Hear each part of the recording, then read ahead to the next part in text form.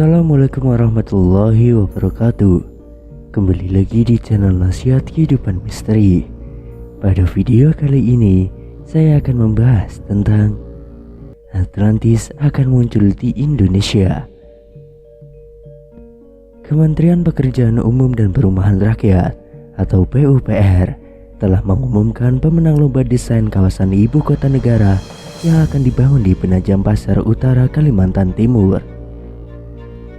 Nagara Rimba Nusantara karya Sofyan Sibarani keluar sebagai pemenang satu, disusun di Infinity City dan Kota Seribu Galur. Ketika menyaksikan visual desain yang dirilis oleh Kemen PUPR, bayangan kota Atlantis mendadak melintas. Atlantis adalah kota kerajaan rekaan Plato yang terdapat dalam buku Timaeus and Critias. Kota itu digambarkan sangat modern dan berada di sebuah pulau. Meskipun memiliki teknologi modern, namun kota itu lenyap dalam sekejap ketika hendak menyerang Athena di Yunani. Gempa dan tsunami melenyapkannya ke dasar laut. Namun ada pesan tersembunyi yang disampaikan dalam buku itu, bahwa Athena dilindungi oleh para dewa, sehingga siapapun yang bermaksud menyerang akan mendapatkan kutukan dan dilenyapkan dari muka bumi. Sejumlah peneliti menyimpulkan, meski rekaan, namun Atlantis sebenarnya gambaran dari Minoan, pulau di Yunani yang hilang tersapu tsunami setelah gunung Santorini meletus ribuan tahun lalu. Tentu saja dengan dilebih-lebihkan, terutama menyangkut teknologi yang dimiliki.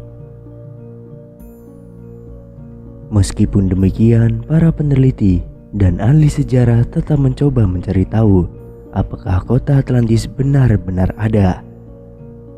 Beberapa tempat pernah disebut sebagai lokasinya, seperti Laut Hitam, Samudra Pasifik, Atlantik, Lemuria, Bahama, hingga Indonesia. Penyebutan nama Indonesia bukan hasil ikuan pemimpi atau tukang rekaan kisah fiksi. Adalah ilmuwan Brasil, Profesor Arcio Santos, yang meyakininya seperti dituangkan dalam buku Atlantis, The Last Continent Finally Found.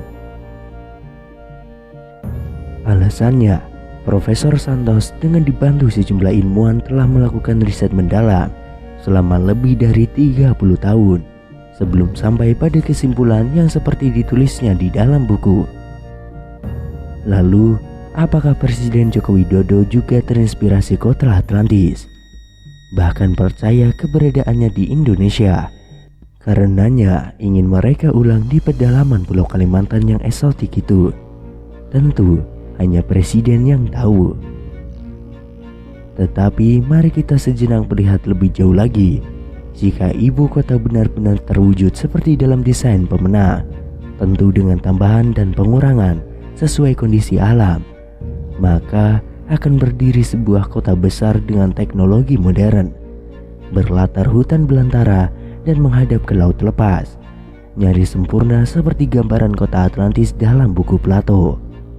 Benar bahwa desain tersebut karya perorangan atau kelompok, tetapi ingat, sebelumnya mereka tentu sudah mendapatkan masukan atau bahkan clue gambaran kota yang diinginkan Presiden Joko Widodo. Terlepas pro dan kontra yang masih menyelimuti, termasuk bagaimana pendanaannya, karena jika dibangun dengan mengandalkan pinjaman, tentu akan kian membebani angkatan pendapatan belanja negara di masa mendatang. Kita berharap jika kelak terwujud, kota itu tidak hanya melambangkan kemegahan dan kecanggihan teknologi, namun juga memberikan manfaat bagi seluruh rakyat Indonesia. Bukan sekedar ambisi 1-2 orang untuk membangun monumen diri, sehingga cita-cita paling mendasar para pendiri bangsa, yakni menciptakan masyarakat yang sejahtera, adil, dan makmur, terabaikan serta terlupakan. Pemenang dari sayembara tersebut ternyata adalah satu tim dengan diketuai oleh Sibarani Sofyan. Nagara Rimba Nusa memiliki arti yang mendalam bagi tim pemenang tersebut. Sibarani Sofyan mengatakan, arti nagara itu sendiri adalah bentuk perwakilan dari sebuah ibu kota Sedangkan Rimba dan Nusa mencerminkan identitas Indonesia yang membentang dari Sabang sampai Merauke dan dari Pulau Rote sampai Talaut. Oleh sebab itu, nama Rimba dan Nusa dipilih sebagai tema dalam pembuatan desain untuk ibu kota negara yang baru ini.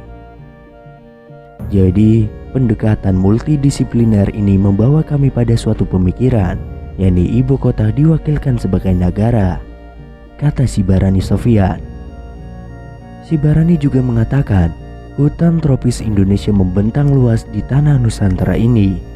Itu menjadi salah satu tolak ukur memilih nama Rimba dalam konsep desain ibu kota negara.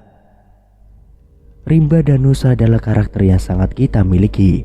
Kita mempunyai satu di antara hutan tropis yang tersebar di dunia. Sedangkan Nusa dipilih sebagai salah satu nama konsep tersebut sebab Indonesia terdiri dari ribuan pulau yang menyatu di bawah bendera merah putih. Sedangkan bentuk konsep pembangunan gedung-gedung pemerintahan tak luput juga dalam konsep pemikiran tim ini. Bahkan mereka telah merencanakan bagaimana tata letak gedung pemerintahan di wilayah ibu kota baru tersebut. Arjuna Sinaga, ahli master plan dari tim pemenang pertama, menjelaskan timnya membuat satu poros yang melambangkan sebuah pemerintahan.